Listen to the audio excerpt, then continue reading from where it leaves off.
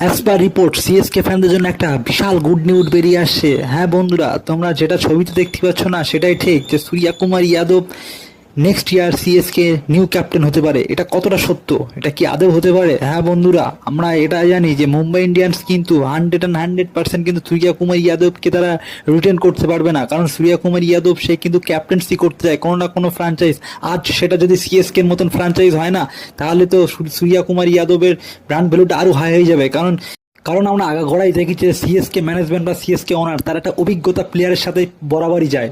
সূর্যা কুমার যাদব অনেক বছর ধরে মুম্বাই ইন্ডিয়ান্সের সাথে জুড়ে আছে। সূর্যা কুমার যাদবের ক্যাপ্টেন্সি অনেক অভিজ্ঞতা, সে টি-20 ফরম্যাটের ক্যাপ্টেন। ওই জন্য সূর্যা কুমার যাদবকে কিন্তু সিএসকে কিন্তু দেখছে তাকে নেক্সট ক্যাপ্টেন করার জন্য।